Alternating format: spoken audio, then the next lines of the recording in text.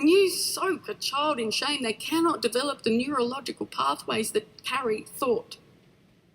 Carry thoughts of self-worth. They can't do that.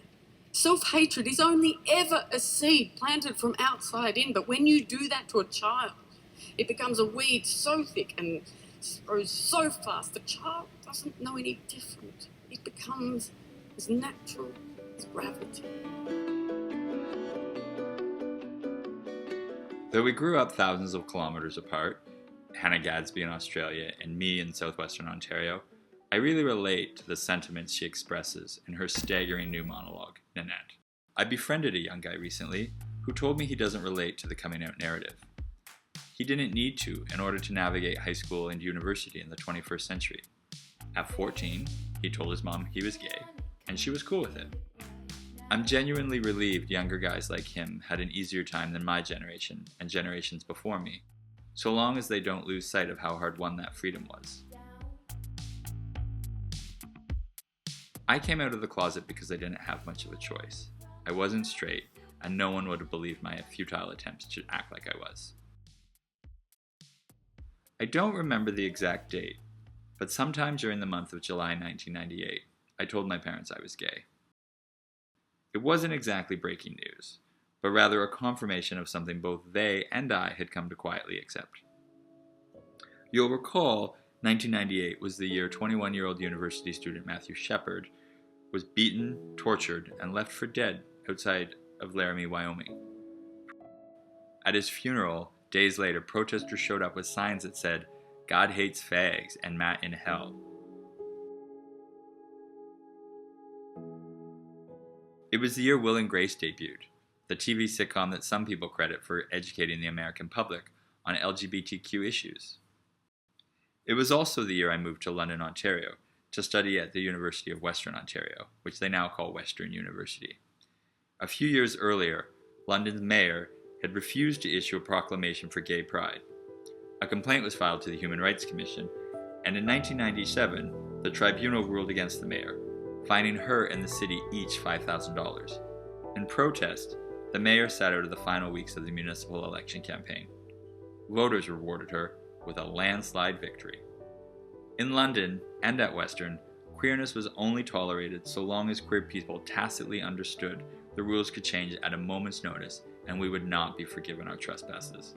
Even the gay bar in Clarence Street we used to frequent in those days, which was called Sins, felt like it was silently judging us.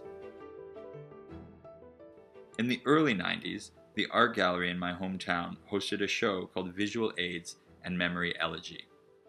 It was an attempt to create a dialogue around HIV and AIDS. The letters to the editor page of the local newspaper soon boiled over.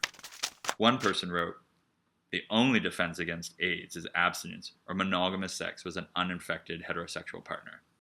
Another wrote, "There is overwhelming proof that homosexual activity leads to early death and that the art show was, quote, nothing but a blatant attempt to make us accept their perverse behavior." Still another letter writer chided the United and Reformed Christian churches, who by their so-called support of the gay issue, helped make this disgusting, immoral lifestyle into an acceptable lifestyle. This is what I was up against. The message from some adults in my community was clear. My desires were perverted, wrong, and would likely lead to an early death.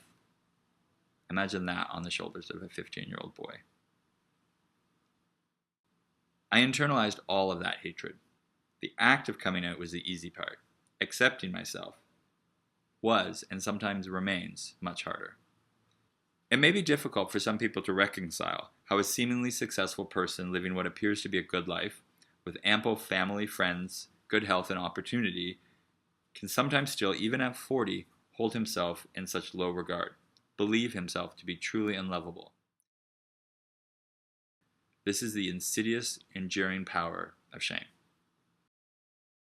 It's perhaps a point of friction for those in the community who feel like the struggles of the past, particularly those who were on the front lines, aren't given the credit they deserve. Yes, in 2018, you may have no use for a gay bar, or a gay village, or a gay bookshop, but can you imagine back in the old days when those were the only places of refuge for queer people in an otherwise unfriendly world? That friction may also mask a bittersweet truth. We are happy it got better for you. We really are. But the burden of shame that we feel has marked us for life. The world has changed. Finally, modestly, imperfectly, because Hannah Gadsby and me and queer people like us simply refuse to. Happy Pride, Ottawa. For Post Media, I'm Matthew Pearson.